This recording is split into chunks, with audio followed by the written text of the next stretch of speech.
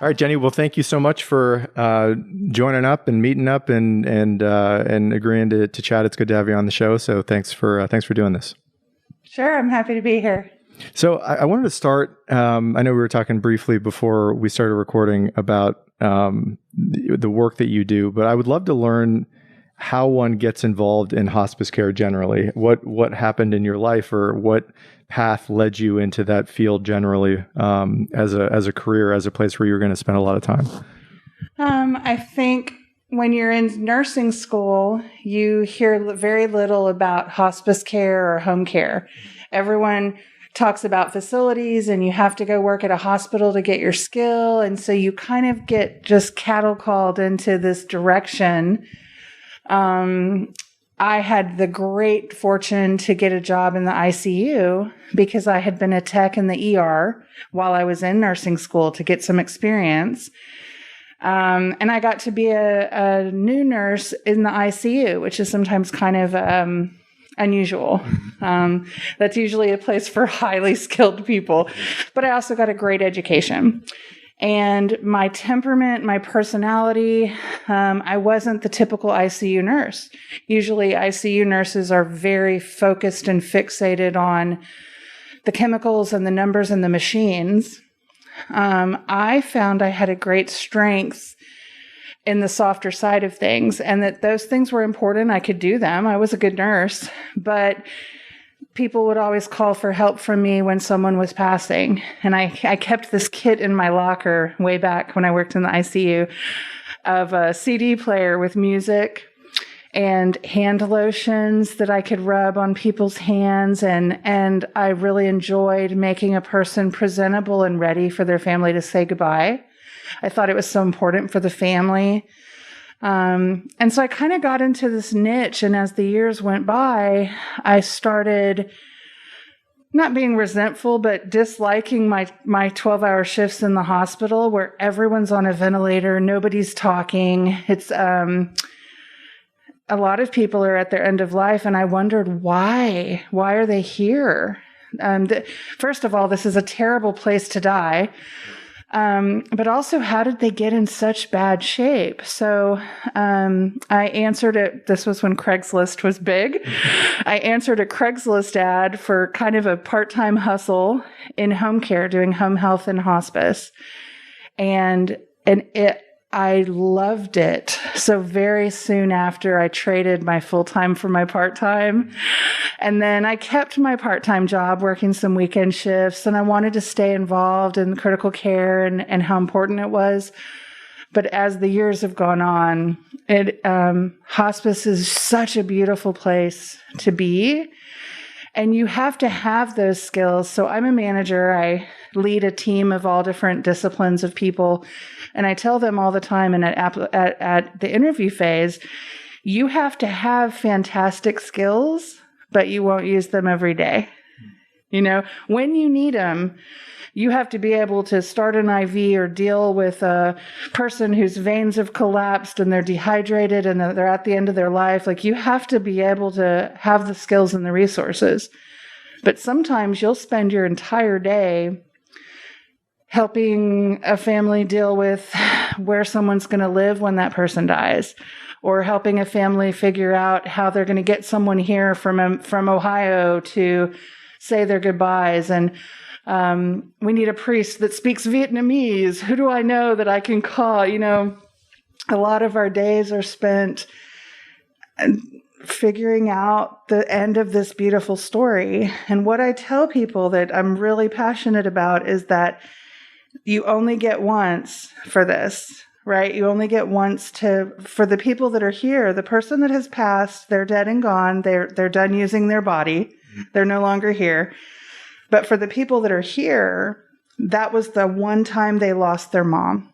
That was the one time they lost their dad. You only get one time that your favorite Grandma Georgia dies. Yeah.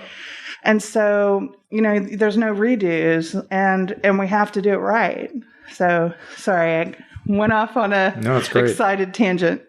For people who are just listening to this and don't know that much about hospice and its goals, what it is, speak a little bit about that and what hospice is generally, what it provides to the general community.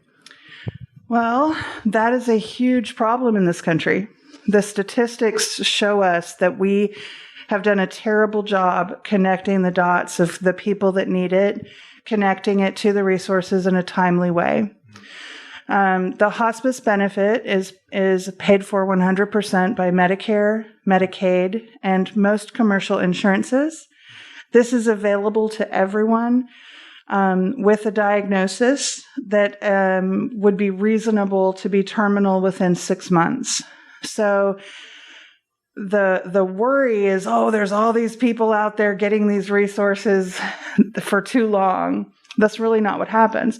The problem, so let me paint the picture of all the things a person gets. So when a person comes on hospice care, they immediately have access to a full team of specialists. They now have a doctor, the medical director. They have hospice nurses, hospice and palliative care. I know we'll talk a little about that side of the house too. They have a chaplain. They have a social worker that is devoted to end-of-life care that helps with advanced care planning, helps get everything set up for a person. They have our CNAs, which are aides that do all the bathing, and they immediately get comfort medications that help ease pain and nausea and anxiety. Sleep is a big issue in hospice. Quality restorative sleep at night so that during the day you can live your life. That's what we always tell people, is that hospice is about living. Yeah. So what we've found in this country, and I look at statistics from all over the world, we often send a referral and start the hospice process when a person has 13 days or less of life. More tragically is when people have 2 days left of life. I mean, I've had patients that have died within hours of me being there for the admit. So they didn't get the comfort kit and the aide coming every day and bathing them and feeling fresh and dressed nicely. The family didn't get to come have a family meeting with the social worker. They didn't get to have the chaplain that helped them work through things. It's such a fascinating, when a person knows they're going to die. The psychology of that is so different. You and I have never experienced it, or I assume.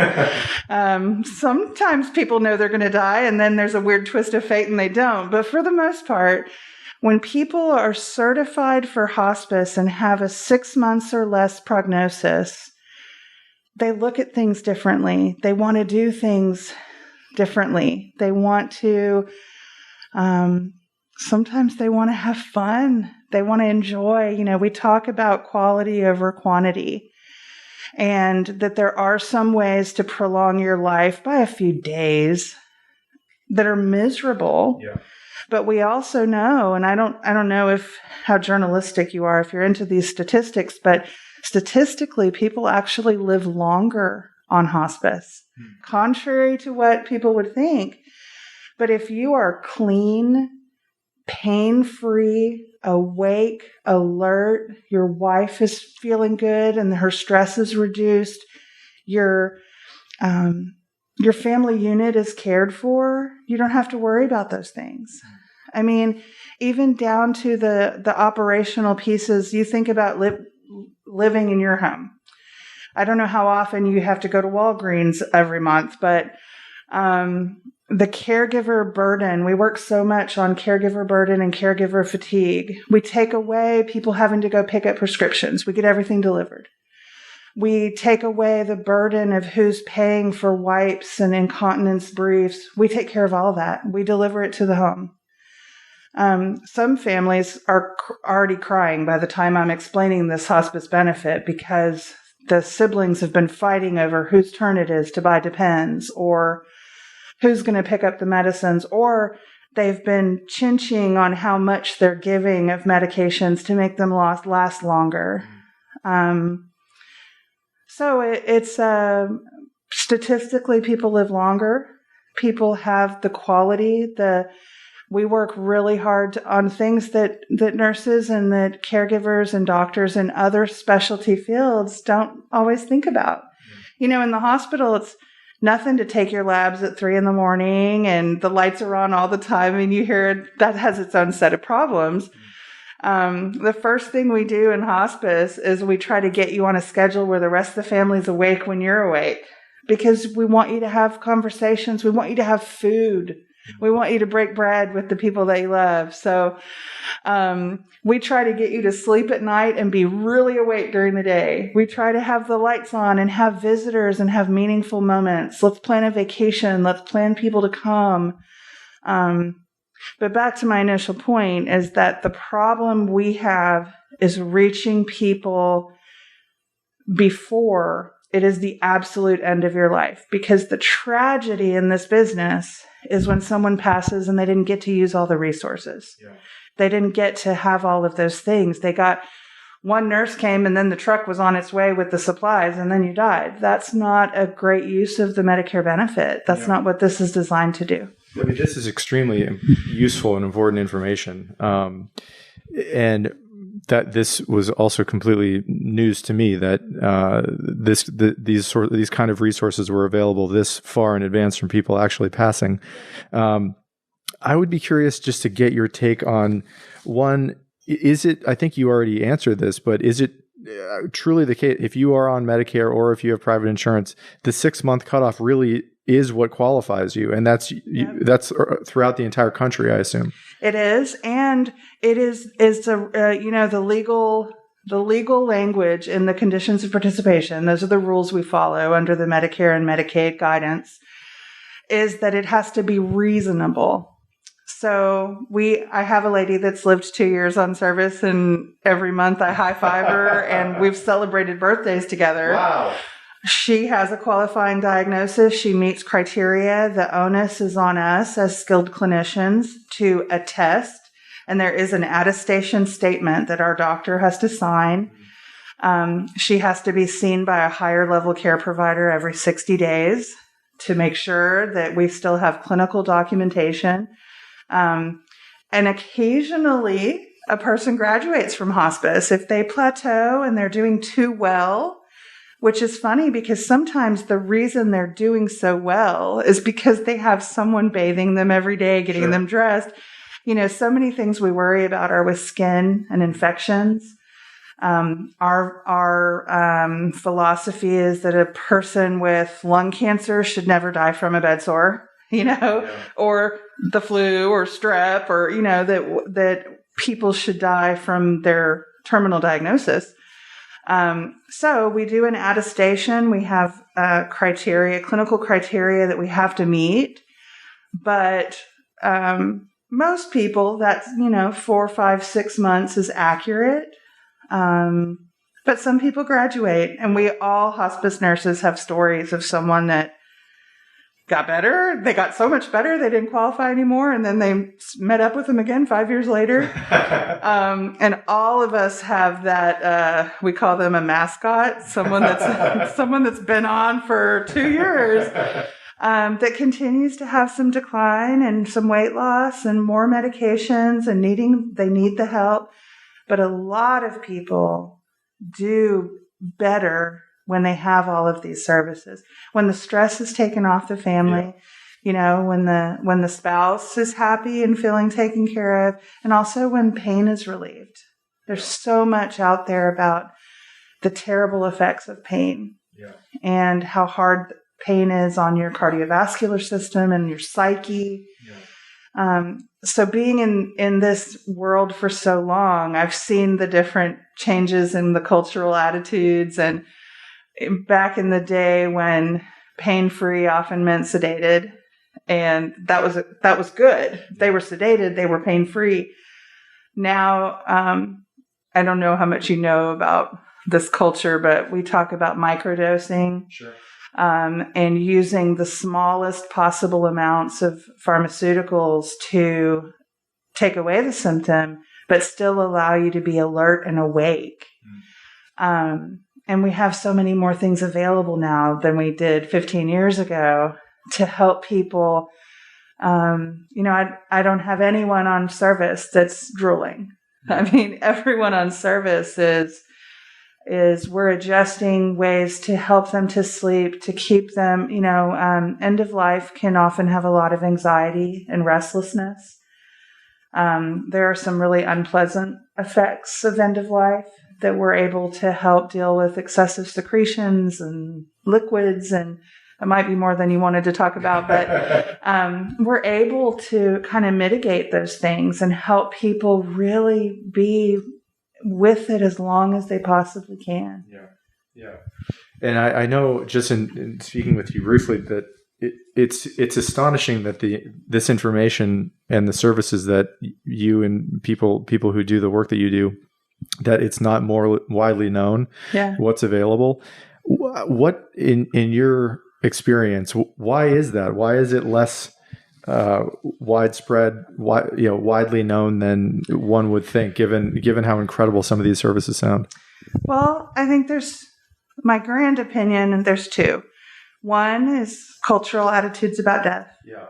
We still don't talk about it. When your grandma dies, your friends say, "Oh, I'm sorry," but they never hear about the process or what you experienced. Very few people are comfortable talking about the beauty of it. But the other thing is the closed off or the compartmentalization of clinicians, I feel like. People that work in the hospitals and clinics and doctors' offices, they want to cure you. And they often don't even know what's on the other side of that. They don't know. By the time they've said we can't cure you, they don't really know what happens to you next or where you go. And actually, I said two things, but there's three. The third is that this happens at home. And people don't know, you don't see them unless it's your loved one, that there's been this elaborate plan to meet up at the beach, which is very common in our world. That's a thing. We try to get people to a vacation so frequently, or there's a wedding, or there's a new baby they got to meet. Yeah. And we do whatever it takes, passing them off or asking for a partner in another county to be available. That's all part of that benefit too. I mean, people want to do that. It's important. Yeah. They want to do these things. So I think you just touched on this, but culturally as well. I mean, it is part of the resistance to seeking out these kind of services, just culturally in the U.S., believing that we can fix any problem. Yeah. And a non-acceptance of reality in most cases when there are all of these diseases we don't know how to actually fix. Yeah. Yeah, I really think so. And we believe in science. I mean, I would never tell a person that could be cured, don't do that. You should just, but also the autonomy of our elders, like being able to tell a person, you're the boss. What do you want? I so frequently have people look at me and say, no one has freaking asked me. No one has asked me what I want, And so that's why I said a minute ago, it's so fun. Yeah. But when I walk in and say, we're going to give you all this stuff, we're going to take care of your wife, we're going to call your kids, we're going to have a social worker here, you're going to get a bath every day and get shaved and cleaned up. And what do you want to do? We have a party, People say they want to drink a beer. You want milkshakes 3 meals a day. I can go to 7-Eleven and get you beer. How many nurses get to say that? Now, I won't smoke with you, but you can smoke if you want to. But the patient is different. When a person knows, I'm telling you, when someone knows they have a terminal illness, they know that their time is limited. Their days become more important. They have things they want to accomplish, but they also, in their quiet moments after I've gone home at night, they figure out what they think about God. They, all those things that we think we can do later, they start doing them. Yeah. And you come back the next day and they're different. And the day after that, they're different. And I have very rarely ever seen a bad outcome. I mean, it's really joyous and supportive and beautiful. But I also know my friends, other nurses, immediately go, "Oh, that's terrible." And they think that all we do is dying all day. But that's like 1 minute of the job. That's 1 minute. In the state of Texas, an RN can pronounce, so can call the time of death.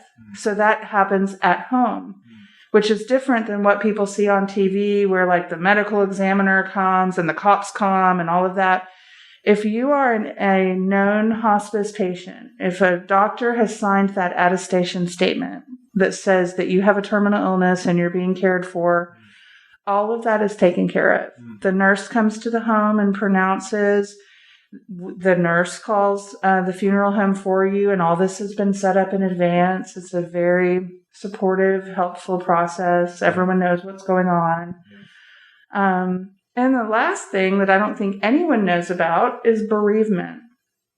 Have you heard of the bereavement program? No. So it's under the Medicare benefit. The Medicare has the most stringent rules. So even if you're commercial insurance or Medicaid, we treat everyone like you have Medicare.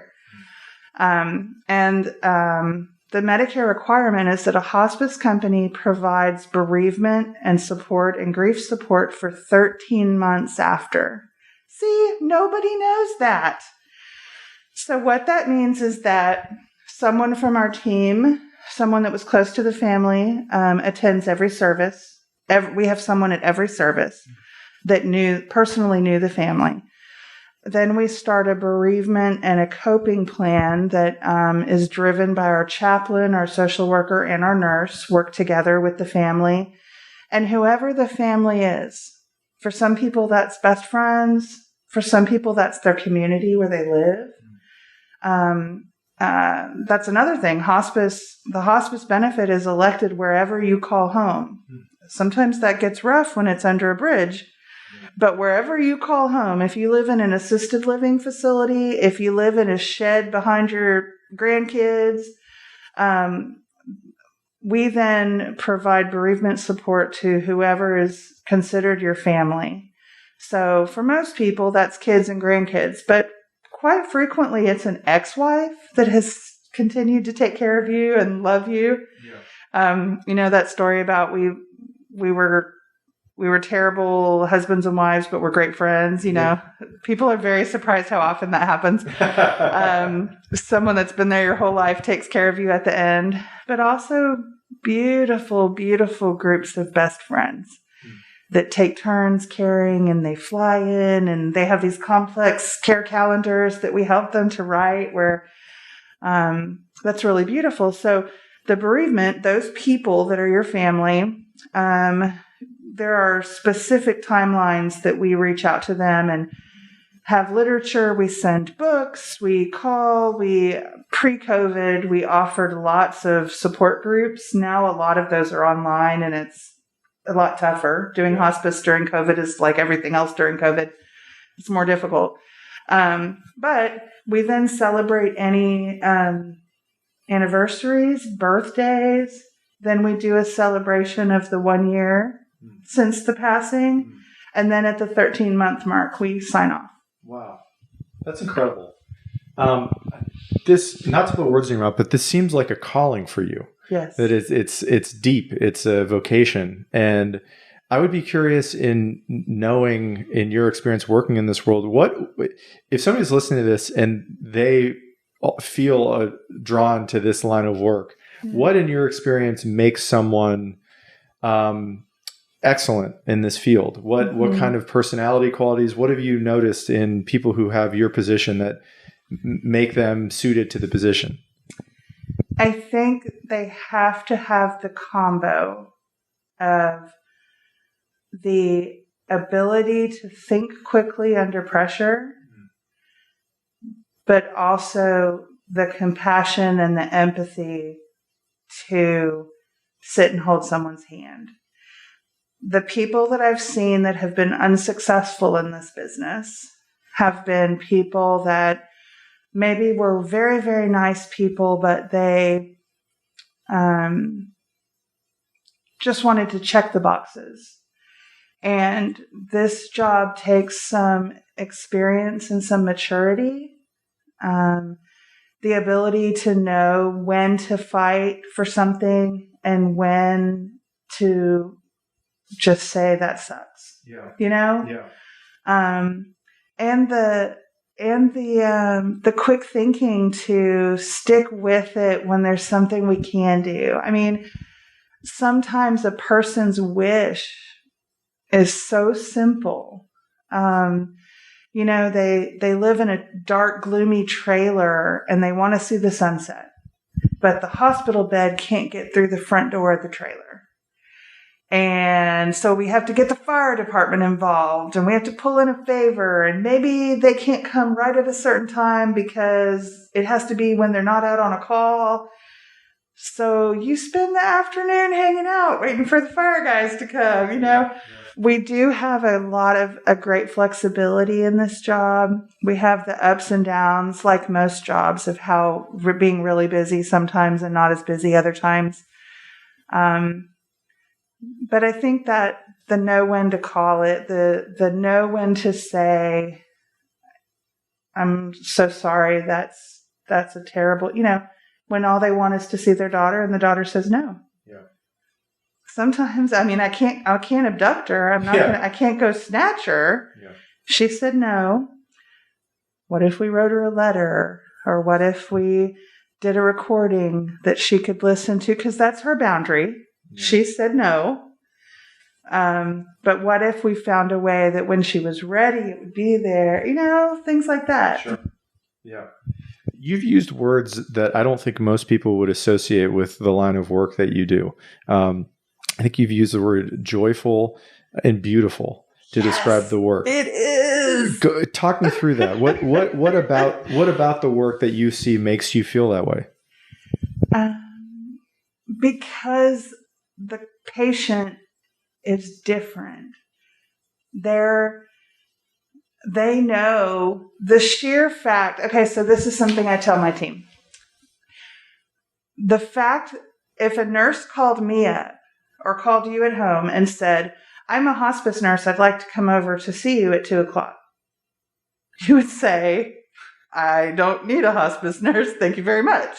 Like, the sheer fact that they have allowed us to come over, there's some acceptance, right? Yeah. Like the fact that you're there to do an admission means that there's a little bit of acceptance and wherewithal to say, yes, we need this service. Yeah. So that in itself is a fun part of the puzzle. Like, they're already, and then they're looking to you to help guide them. You're the guide. And it's different than other lines, other medical and healthcare situations where they're, not that people don't still get mad at us, and sometimes we say things they do not want to hear, yeah. Or we tell them to people in the room that don't want to hear it. But for the most part in healthcare, people want you to fix it now, give me a pill, and I want to forget this ever happened. And that's very different than in this line of work. Yeah.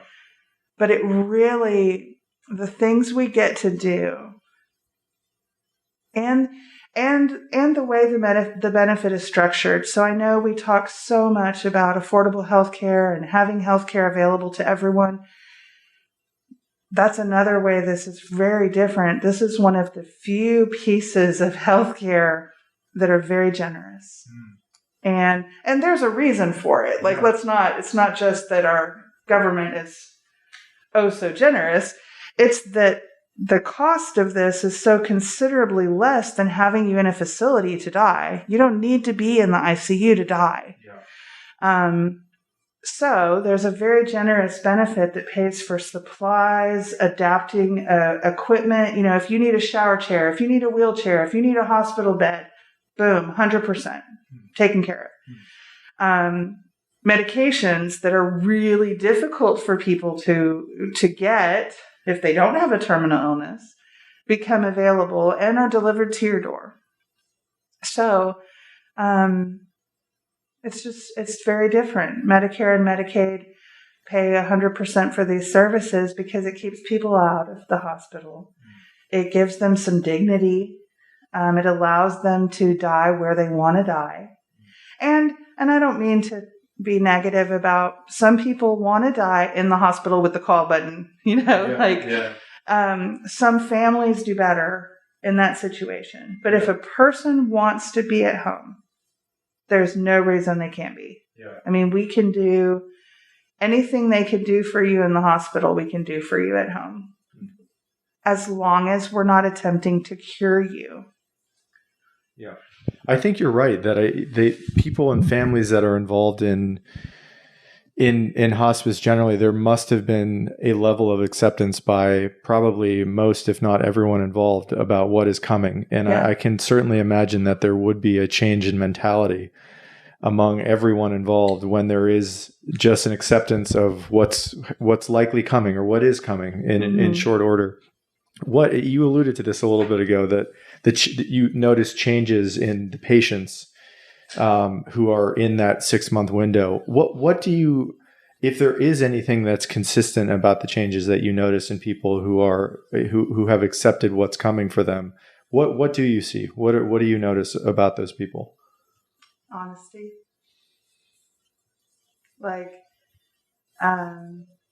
There's no hustle, right? There's no attempting to, you can't lie or buy your way out of end of life. It's both a beautiful spiritual moment, but it's also a very basic and primitive stopping of organs. I mean, whether you're into science or crystals, we hospice nurses always, some of us are really hokey and have all these stories about, as people left the earth, things that happened, and there's always all kinds of touchy-feely things. But even for people that believe the end of the life, your body goes in the ground and that's it, you can't really barter your way out of it. Yeah. It is what it is. And it's very beautiful to watch people go through that and their family members. And sometimes, we have a social worker that works on the front end of this. Not all companies do. There's kind of I'm kind of salty. I've been around long enough. I know all the different companies in town. Most people do things pretty similarly. But we have a social worker that's involved on the front end that helps make sure the RN is prepared for what she's going to walk into at the admit. And it's really interesting. Sometimes we hear, there's this son or daughter. It's never the patient. Never. Really? It's a son or a daughter, usually from out of town, that are there to give you hell. Like, they're there to give you grief. They don't agree. They don't think he needs it. They don't think he's ready yet.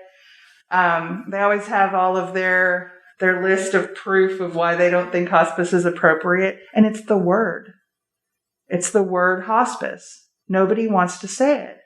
So we do sometimes, somebody has a visceral reaction to the word hospice, we'll say comfort care. I'm here to focus on your comfort. I'm here to focus on comfort care. We say that, but it's babying it a little bit. Yeah. Some people need that, but sometimes there's a person that doesn't feel they're ready. And what we have to do, the challenge and the onus is on us to get to that house and help them to see that if you're not ready, I won't take you. Yeah. I mean, I have to meet criteria as a nurse. I can't sign up anybody that wants this. But let me show you the reasons I think that they're appropriate. And let me show you the rules. Here's the rules. You have to meet this criteria. These are the measures and the proof that we have to provide to our payer source and to our governing bodies. But also here's what it would do for him. And usually by the time we start talking about all the things we're going to do and that the person does qualify, everyone in the room says, well, why would we not do that? Yeah. There was I don't know if you're familiar with this show, but probably 10 years ago, I got really into an old HBO show called 6 Feet Under, which is a show about a family that owns a funeral home in California. And I remember learning a decent amount about the creation of that show and how the creators wanted to bring to light the subject that America is probably most terrified of, which is death. Yes. And the denial of its reality and not quite knowing how to cope with it. And I do think because of that, because it's so rarely talked about, there is a deep interest and hunger in the culture for what people are like when they're facing their last days or their last months, and what they speak about, what advice they would have for someone who is younger, regrets that they might have.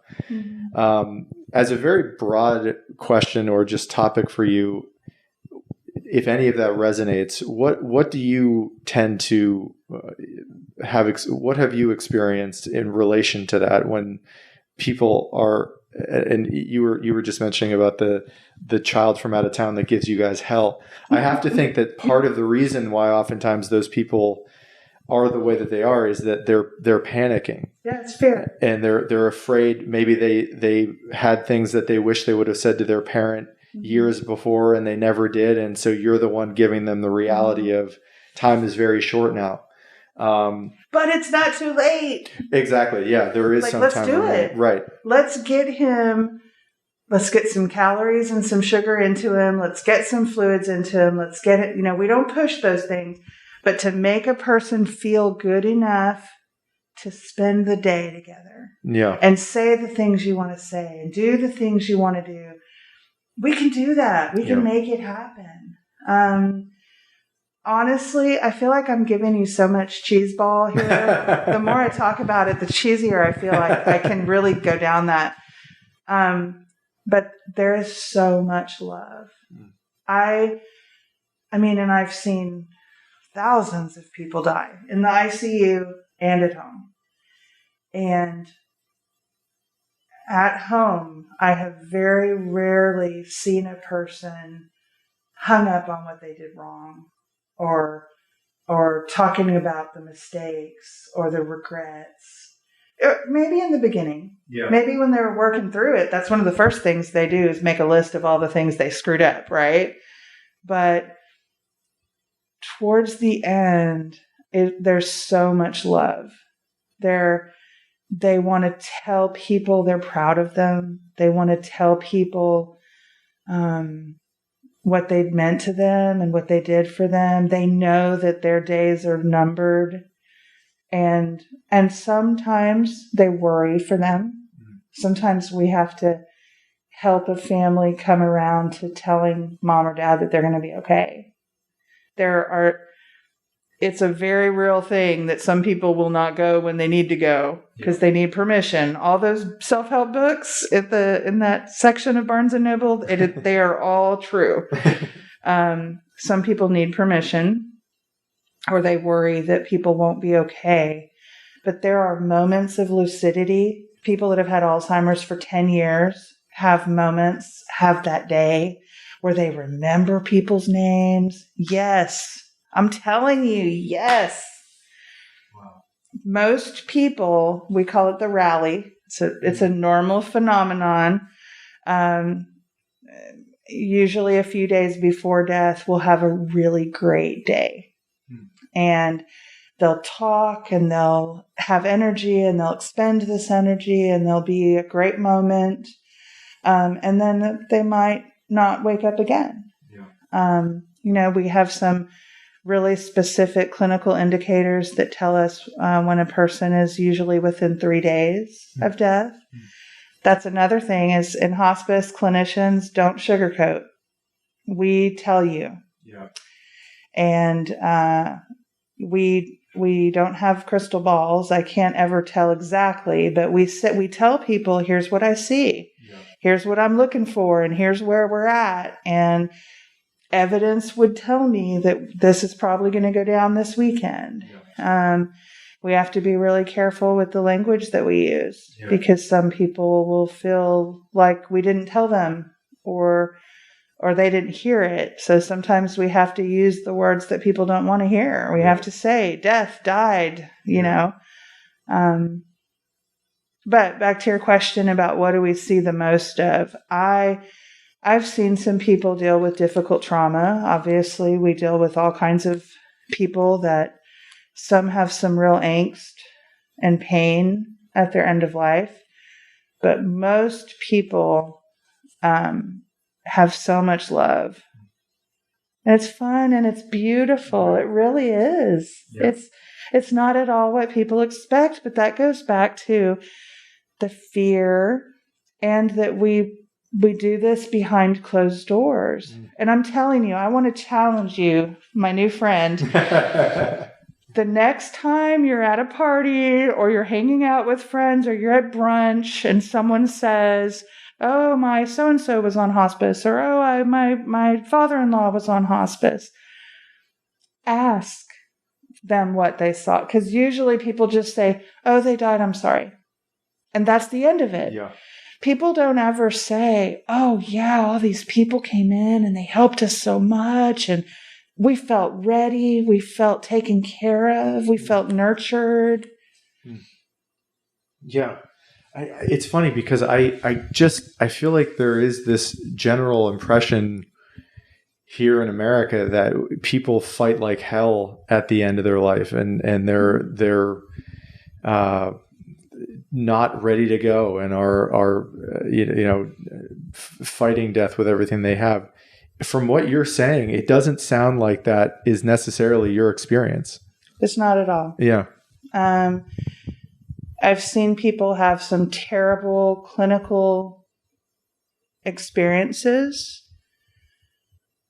often tied to trauma in their life and or some terrible ideas about what will happen after death, which I can't fix that for you. Yeah. I don't know exactly what that looks like. Yeah.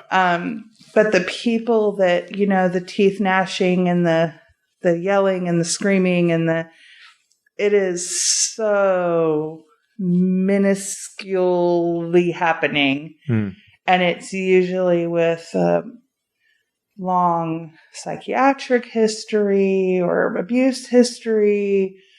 Or I can think of a particular gentleman that had been told for 60 years he was going to hell. So, of course, he had a really hard time dying. But that's a very specific abuse situation. Most people, when you have experts in end of life talking to you about what's happening in your body and what it's going to look like. I mean, this is... like when you work in the hospital, you wish you had more time to educate your patients, right? And when you work in the doctor's office, you get 6.2 minutes per patient. You don't get to sit and talk to them. Yeah. But when you have someone explaining physiologically what's going to happen, and here's what it's going to look like, and I've been doing this for a long time, and I can tell you what it's really going to look like, people go, oh, okay. So when should I start feeling that? When will this happen? And, and then we say, okay, so you're going to have some really good day. Probably the next 2 weeks are the time to get things done. So what do you want to do? And it's really different than any other part of healthcare. Yeah. Now, we didn't even talk about palliative care. Sure. Yeah. And I do want to get into that. I know you mentioned that one of the things that you notice is that people tend to get extremely honest in their final days, and it just must introduce the big questions in life to people, questions about theology or philosophy or religion, God. Do you notice a difference generally between, for lack of a more complicated phrase, believers and non-believers? Those who believe that we're simply mortal animals and that the end is the end, versus people who are deeply religious, who have a supernatural bend to their worldview? Or is that not necessarily a noticeable contrast that you have experienced in your career? I feel like I'm supposed to say that there's a huge difference but I don't necessarily think so. I do have faith, and I connect with some people on that level that brings comfort. But I can't say that people have a much different experience. Everybody finds comfort in different things. Faith is certainly one big area of comfort. But other people find comfort in having all their affairs in order, or that they did a great job on this earth. A lot of people want the stamp of approval, or they want someone else to acknowledge that they did a good job. We talk a lot about honoring. We have a program that honors veterans where we do a big thing about them. We like to honor people's careers. We also like to honor how many kids they raise. Some of these people raise 17 children and they're all doctors, or, you're like, golly. That's a big part of this is honoring people, right, for what they did. And I think that's a basic human need. People want to hear that they did something with their life. Yeah. I have to, I know this is another very American sentiment, and I feel like I've heard this from people who decide to, have a family or get married, that they don't want to die alone. Yeah. Right. That's a very common sentiment, I think, in the US. I don't know if you have worked with people who have, are lifelong bachelors or don't really have any family members. Yeah. If you have, this also obviously can be men and women. Do those people tend at the end of their life to regret not creating more of a family, not having more of a family, or do people of that description tend to have a degree of peace about how their life unfolded? Well, I think that comes down to their philosophy and what kind of people they are, sure. Right? Like, grateful people are grateful in death. Yeah. Satisfied people are satisfied in death. I don't see too many people that regret how they did it. But I will also tell you that when people know that you're dying, relationships change and forgiveness comes more easily. So like the thing about the ex-wife and the ex-husband, yes, you would have no idea how often that happens. I mean, like all the time, every week. Really? Yes. Like we were married for 20 years. We were divorced for 29, and this is her. She's right here. Yeah.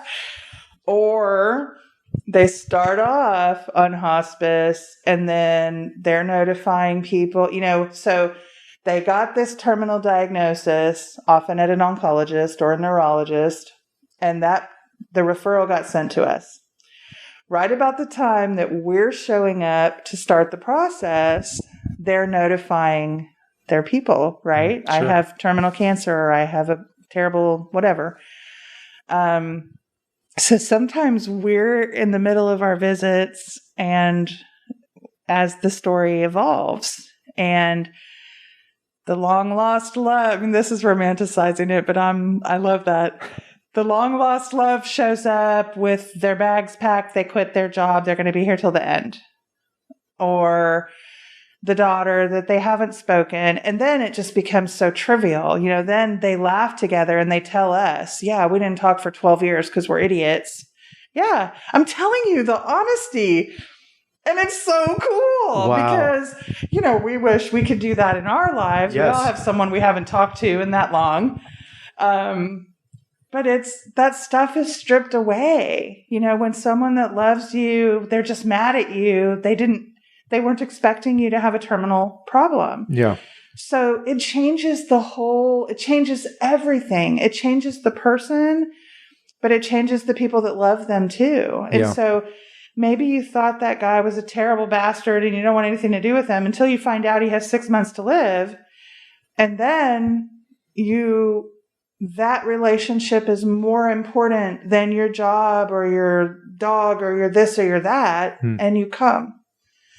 A lot of families have these kumbaya moments where they put aside the silliness, because we all have so much silliness. Yeah. You know, I mean, that's something, it's really fun, but there's also kind of a maturity. Like when you work with this every day, you see, first of all, that we all have so much silly, stupid crap.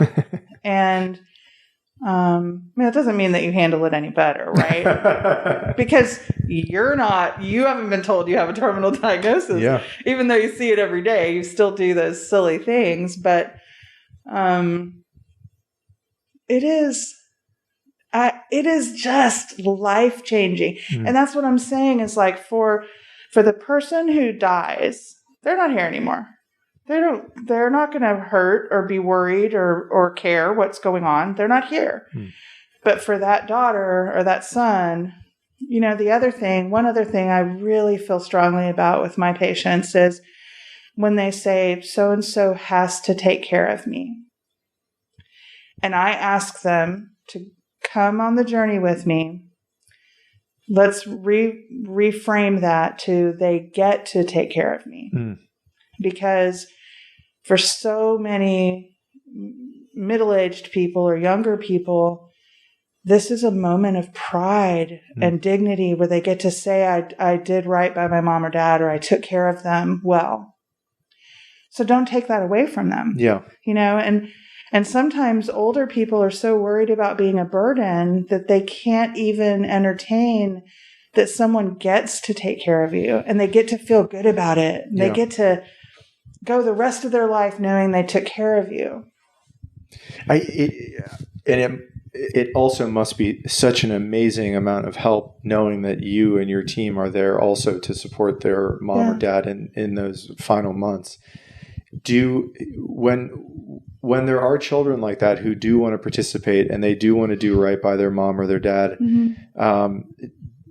do you work with the children or the child to determine what's the right balance for the kind of work that they can do, the kind of help they can provide in concert with all of the help that your team is providing too, right? I mean, you said this earlier, the amount of stress relief that you and the people you work with must be providing these people is incredible.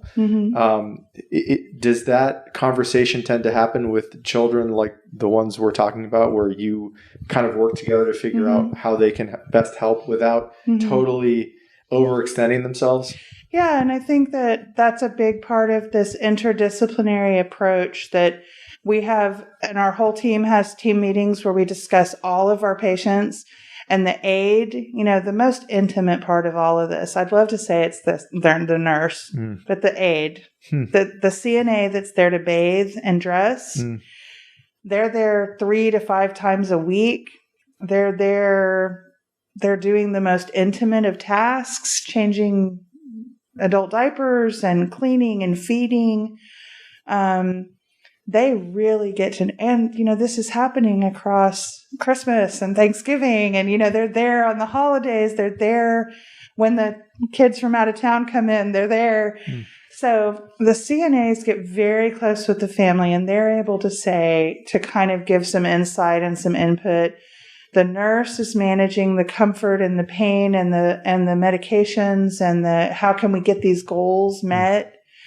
The social worker is really involved with the advanced care planning, the end of life, the plans, what's happening, and also looking for cracks in the armor of what's going to be a problem, how can we mitigate that problem. The doctor is the ringleader of the whole shebang. There's so many pieces, and we get together and talk every week about what's going on with our patients and what we need to be working on and what our focus is. But oftentimes, you know, the flip side, maybe a negative to the job, is sometimes I show up and the people say, "Oh, are you going to move in? Or are you going to be here at night? Because I have to go to work, and you need to move in." And we say, "Well, no. The hospice benefit does a lot, but it doesn't do that." You have a nurse on call 24 hours a day. You can always call and talk to us. We can coach you through things. We're going to teach you about the medicines. We're going to teach you how to do these things safely. We're going to help give support, but we don't move in and provide total care. So sometimes we look at some of these people, at some of these baby boomers, the age of people that we're now seeing, a lot of them have long-term care insurance, which is fascinating because nobody my age could get a long-term care policy, period. I mean, you can't. But way back in the day, these cute little husbands bought these long-term care policies for their wives. And sometimes those will pay for 60 hours a week of a helper. Not skilled. An RN, you don't need an RN to cut your sandwich. You know, that could be an attendant.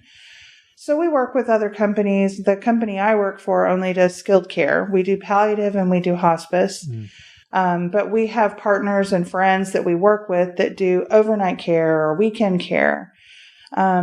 Or our social worker and the nurse sit down, and I referenced earlier making a care calendar, like who's going to bring food, which days of the week, who's going to be here for some supervision or for some assistance, which days of the week. And sometimes it's an elaborate spider web of things. You know, sometimes it's someone from the church comes every Tuesday. So, okay, we've got eyes on her on Tuesday. So the nurse is going to come on Wednesdays and Fridays. The CNA is going to come on Mondays and Thursday. Like, you know, we try to do the best we can with what we have to make sure that people have eyes on them. They have food, they have liquid, they have companionship. You know, and that looks different in every household. Some households, there's people everywhere. Some patients are like, I need some time to myself. and I can be that for you too. I know I come across as really sweet and nurturing, but I don't mind being the bouncer either. Yeah. You want Miss Lolita out of here? You're out.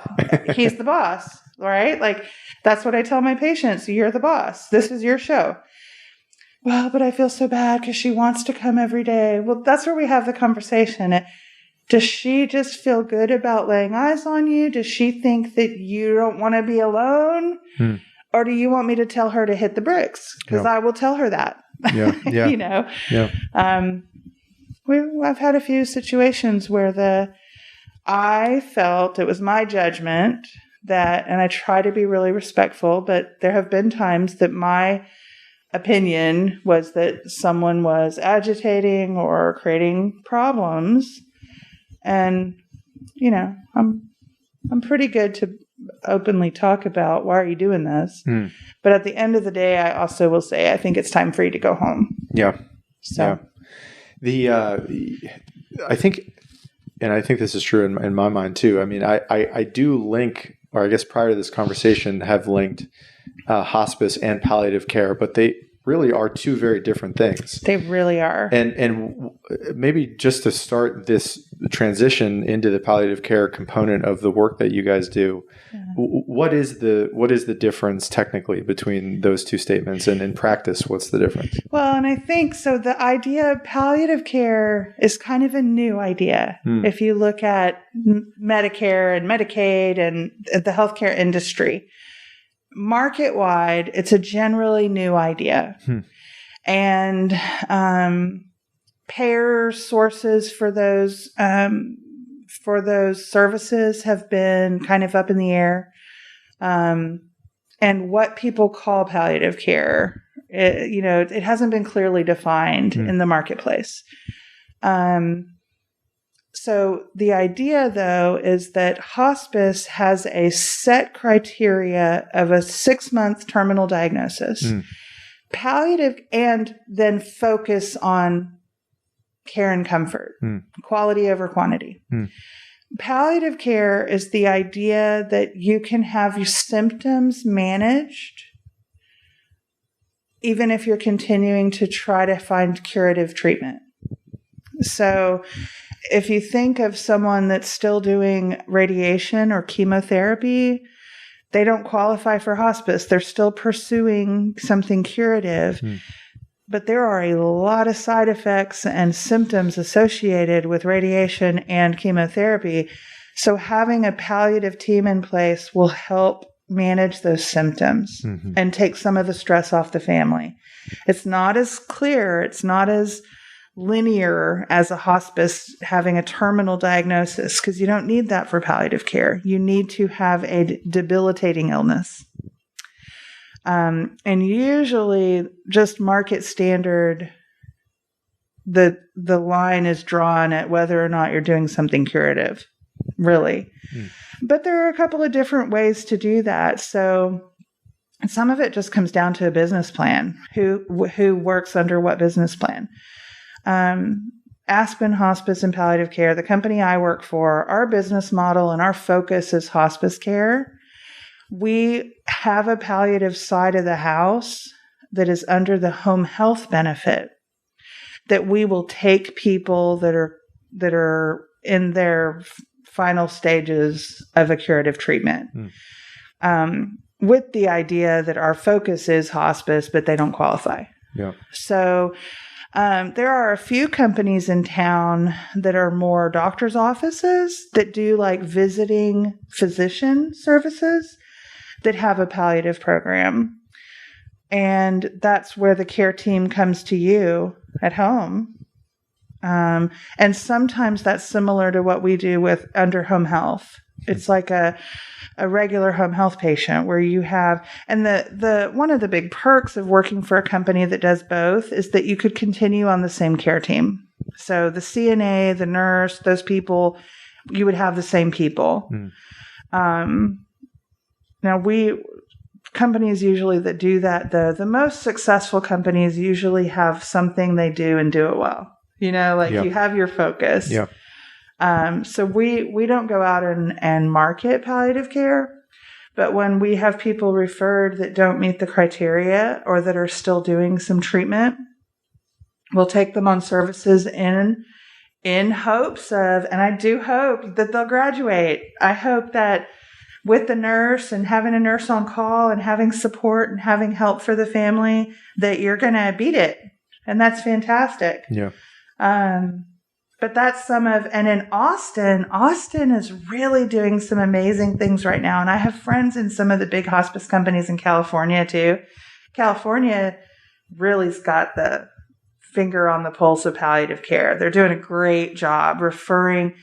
I mean, anybody, if you're getting chemo and radiation, you have side effects. There's no possible way that you're just chilling, not getting, you know what I mean?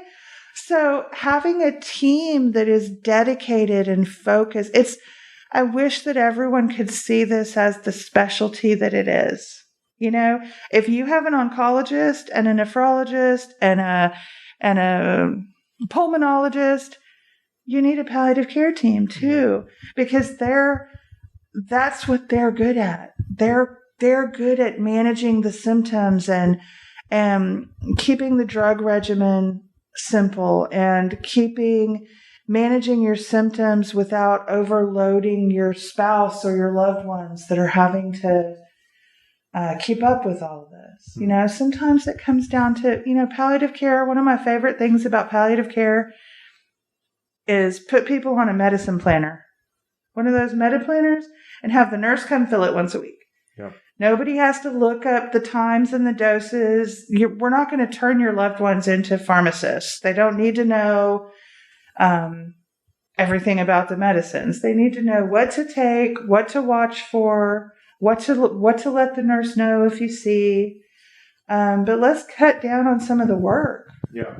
The acronym, just to clarify, is it RCN? So the name of one of the helpers you said that probably had the most intimate the CNA, certified nurse's aide. Certified nurse's aide. It's an aide. It's the person that gives the bath. Gotcha. So alluded to this a little bit earlier as well. If there are people that have no experience working in this world, hospice or palliative care, no training, no nurse's degree, and I know there's a range of qualifications and professions, nurses, doctors, aides, etc. How much schooling or specific training for these various roles? Obviously, doctors are years and years, nurses years and years of experience and education. What's sort of the quickest route to be on a hospice team? Is it a minimum nurse's degree with some experience in the field? How could somebody who, if they heard this and also feel a calling and want to kind of get on a team like that as quickly as possible, what's the quickest route there? I think that would come down to what they're good at. Yeah. Now, a little side plug that I could make is that all hospice companies are required to have 5% of their billable hours be completed by volunteers. Huh. Yep. Nobody ever knows that one. Yeah. So all of us are required by Medicare, by the rules that we signed up for, to have a portion of what we do happen from volunteers.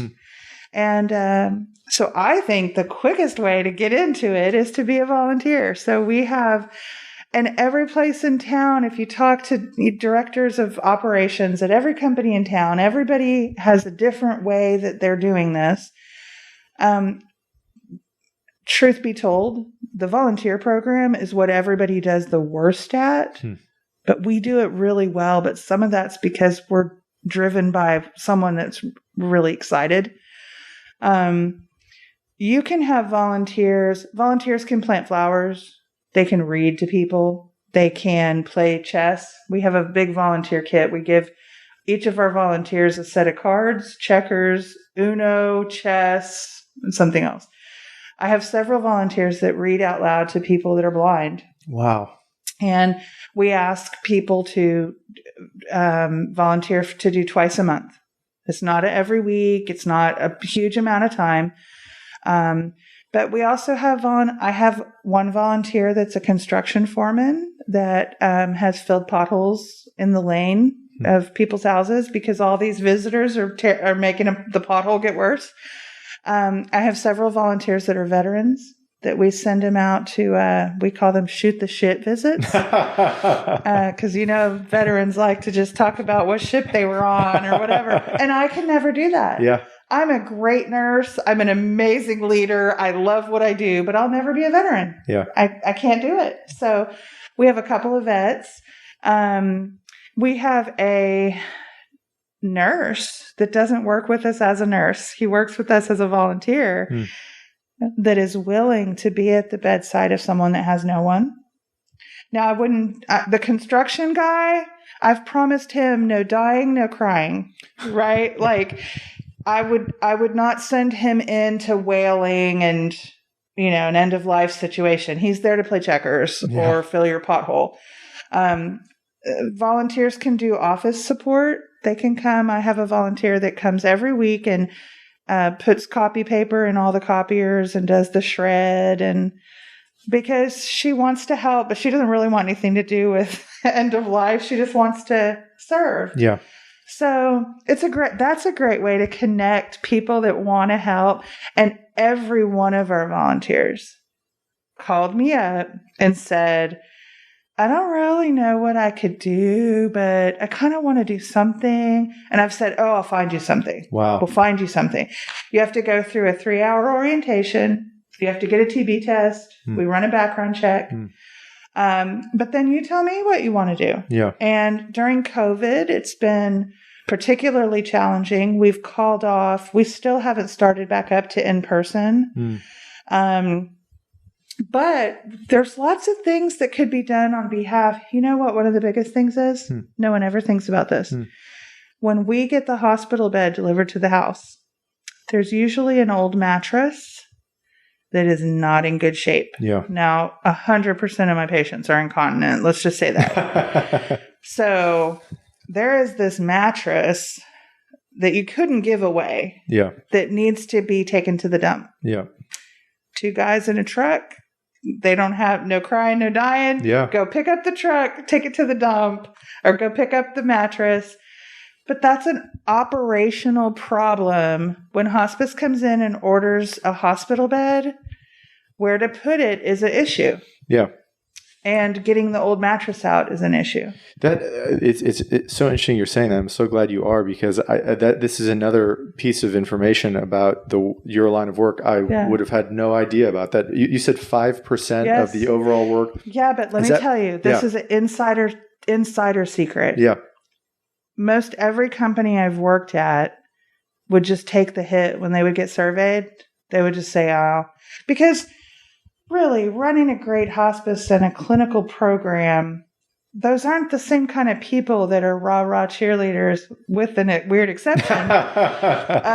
For the most part, places that are a business don't do a great job getting volunteers and keeping up with the renewables and the shots and most places just don't do a good job of it. And when everybody gets surveyed by the government, they just take the hit. Really. I've worked at several places that were like, yeah, we don't really do that. Yeah. If someone comes and volunteers, we'll take them. I feel like it's so important. It's some extra service. Free. Yeah. I love free. Yeah. And, and then the volunteers are looped back in with your staff. If they go every other week to play checkers, they might notice something. They might call me up and say, "Jenny, he's kind of different today. I think you should come over." I mean, it's extra eyes and ears. So many of these people, it's the companionship. They need somebody. So,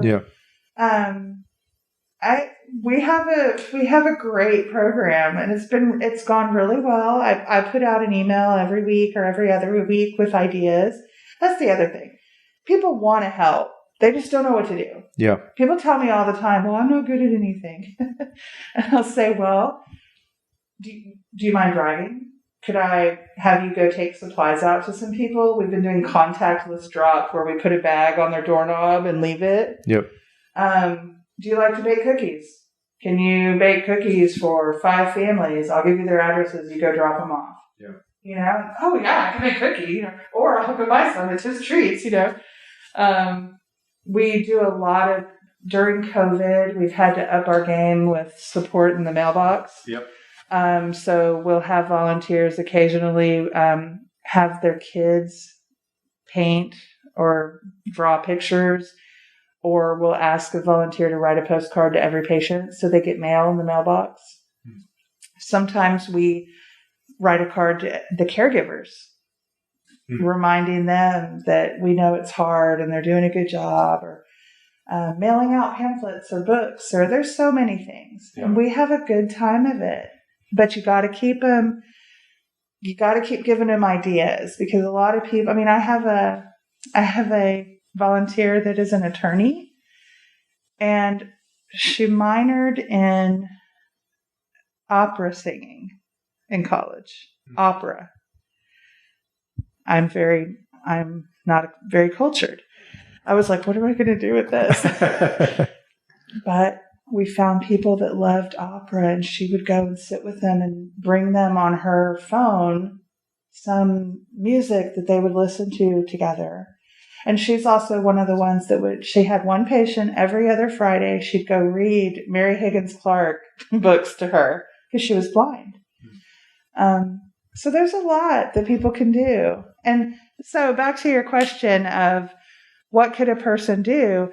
If a person's a nurse and you're interested, let's talk about it. There's, and you might not be ready yet. It might not be the lifestyle for you. We're on call a lot. When we're on call, we don't take your shoes off is the rule. Okay. If you take your shoes off, everything breaks loose. You sleep with your shoes on. So if you're a nurse, or if you're a doctor or a nurse practitioner, if you're someone that is clinical, by all means, start talking to people about it. But if you want to know more about what's going on out there with our seniors, Austin is this big, beautiful mecca. But if there's one thing we're not doing well, and that's why I was so excited about you having this podcast, not knowing much about it, if we can get the information out to people, and we might not reach the seniors themselves. We might reach their kids, their grandkids, that might say, okay, grandma called yesterday and Pawpaw just got a terminal diagnosis. Let's start it now. Yeah. Don't wait till he's bedbound and nonverbal. Start it. Get your services. Yeah. And this, I'm so glad that you mentioned this, because this was something I wanted to follow up from a prior question is, do you know what percentage of people are taking full advantage of these resources? Oh. I mean, it seems like the vast majority of people have no idea that these services are available at the level that they are, for the time frame that they are.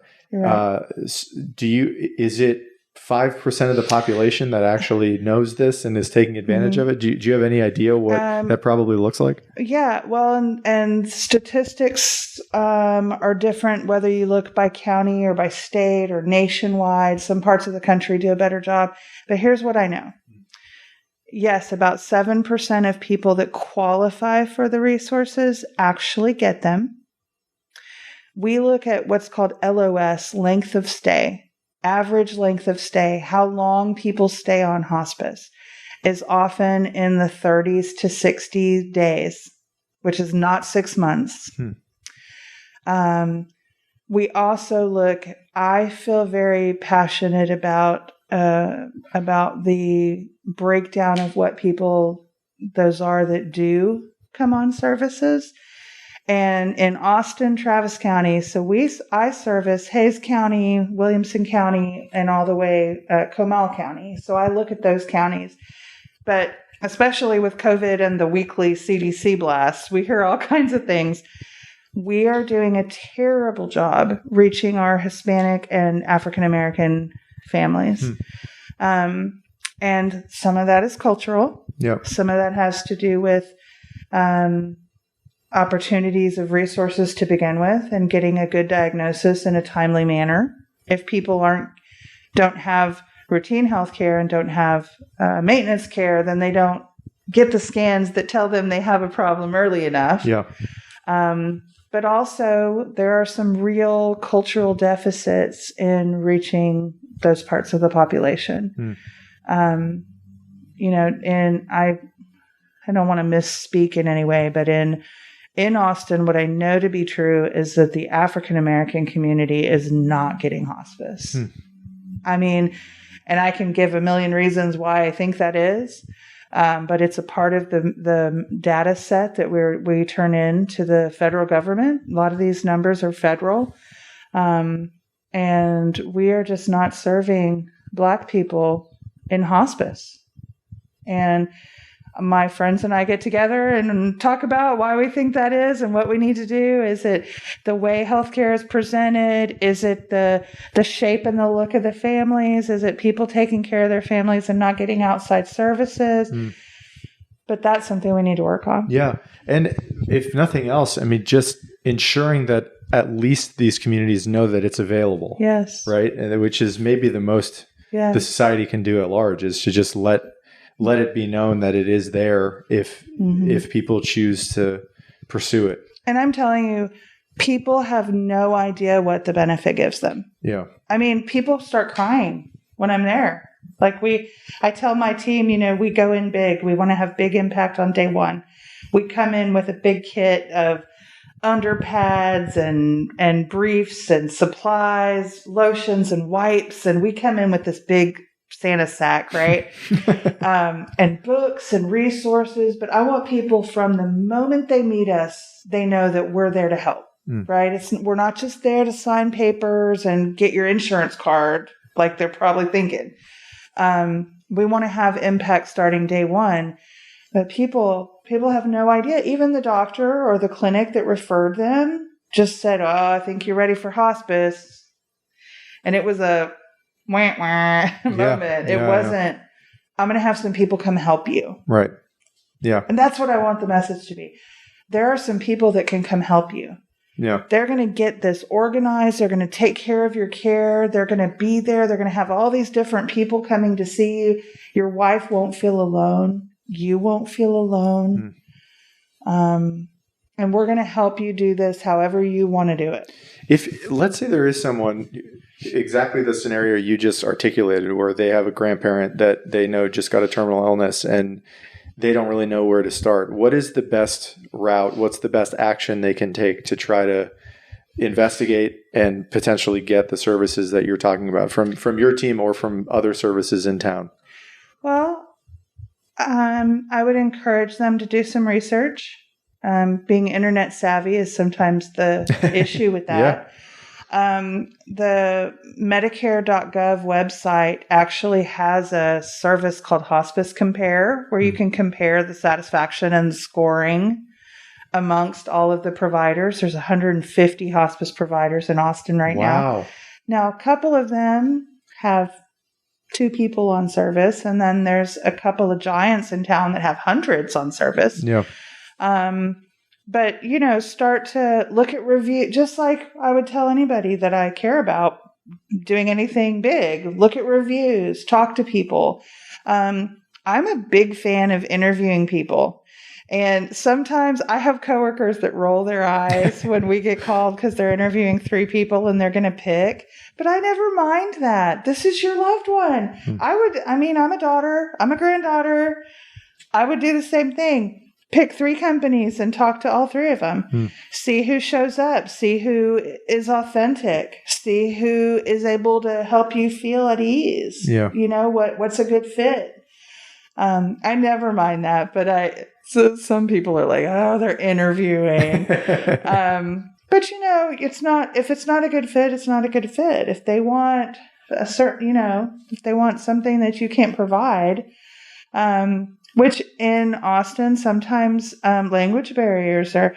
Every hospice in town has locked down and secured our Spanish-speaking people, right? We all have Spanish-speaking people. But when the patient needs someone that speaks Russian or Vietnamese, sometimes, those are some challenges. Sure. Yeah. And I'm going to ask you a couple more questions. Yes. One of the last ones I want to talk to you about is about just getting your judgment, given your lengthy experience in this world, about when it really is time to pursue this, right? And I think for every family, it might be slightly different, but the conversation is going to be had. As you already articulated, it seems like that tends to start once there has been a terminal diagnosis about the patient itself. If it were you're someone you loved, someone you cared about, what is the environment? What's the circumstances at which you personally would recommend, hey, look, it's time. We should really look into this and pursue this and obtain these services for everyone? Are they eligible? Are they eligible for services? If yes, then we want them. Yeah. It really is the myth, this idea that, oh, I don't need hospice, I can still talk. Oh, I don't need hospice, I can still walk. That those things don't, the onus is on us to meet criteria, to show a decline, to show that there are changes either happening or to happen soon. But if you have a terminal diagnosis, ask what services you're eligible for, and let's get started. Because what we know to be true is that it changes the end-of-life experience for the person and for the family. It often changes the length of their life. Truly, I don't know if I can get people to truly believe that, but you can look it up on 45 different statistical avenues that people on hospice tend to live longer because their pain is controlled, their nausea is controlled, their stress is controlled, they're clean, they're dry. I'm telling you, their skin is in better shape. Yeah. That's what it is. And this idea that hospice is the final moment, that is truly one minute Yeah. out of the whole story. Yeah. Last question I want to ask you, but before I do, first, I just want to thank you for the work you do on behalf of when my grandfather died, which I was telling you about a little bit before the interview. I mean, my mom referred to people in hospice as basically like the angels who were there to help. I'm sure you've received that similar words in the past, but just thank you. And I have just a huge amount of respect and gratitude for the work that you and people like you do in the community, because it's not well publicized. It's not often well known, even what you may do, but it's extraordinarily valuable to people, I think, who are in those circumstances. And I'm sure you actually must get a lot of thanks and gratitude from the families, and that I'm sure is extremely rewarding for you to know how much people appreciate the work that you're doing. But just publicly, thank you for everything that you do. And I'm just so glad that this is available for people. And I hope more and more people will start to access the amazing work that you and your team do.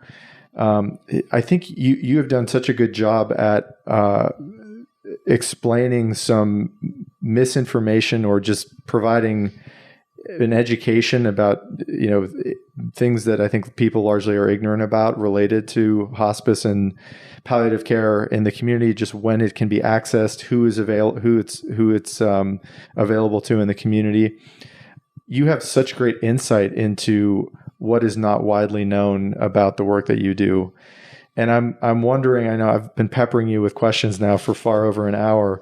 Are there any subjects or questions you wish more people asked you, or there is subjects about your line of work that you think is important for the public to know about that isn't widely known? You've gone into some of that, but I just wanted to kind of open it up for you in closing to be able to state information or stories or anything else that you think might be useful for people out there to know about the work that you and people like you do.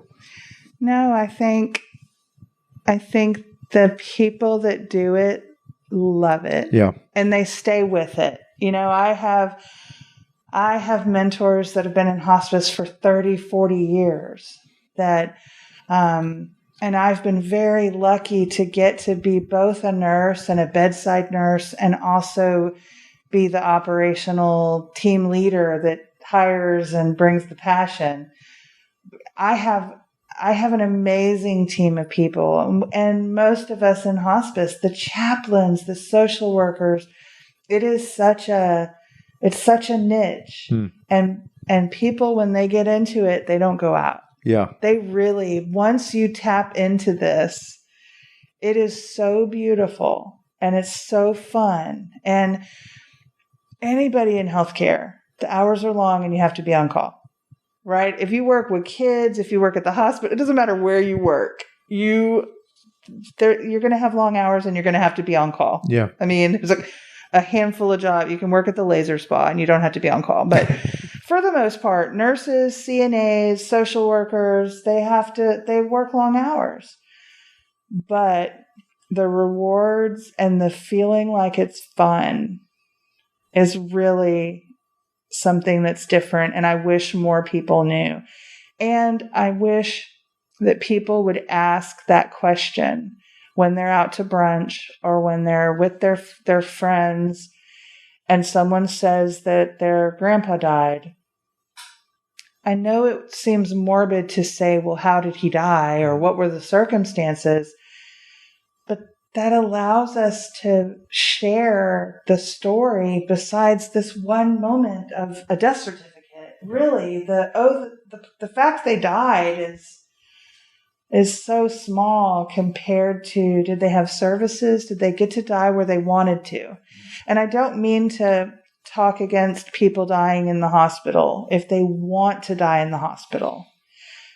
But I'm here to advocate for the other 50% of the people that don't want to die in the hospital. And I want you to be where you want to be. Yeah. I feel like that's a basic dignity and respect that we can do. We can get you home. You don't have to die there. Yeah. And it's not pretty, especially, I mean, if we were having this conversation 5 years ago, a lot of what I said, I would have said it exactly the same. but especially during COVID, where life has been so different that people haven't been able to say goodbyes or have visitors, or, I mean, that's a whole nother podcast probably. Sure. But people should be able, we in this country, we're able, it's funded, it's readily available. We are able to let you die how you want to. Yeah. Comfortably, with your symptoms managed, around whoever you want to be around, even if it's your ex-wife. I'm telling you, whoever you want to be around at your final moments, you get to drive that bus. Well, Jenny, thank you so much for this extremely fascinating and valuable conversation. And thank you again for all the work you do. And I wish you, and I know I speak on behalf of a lot of people in the community, I wish you all the best in all the work that you do. Thank you. It was really fun. I'm interested to see what you're doing next. Thank you.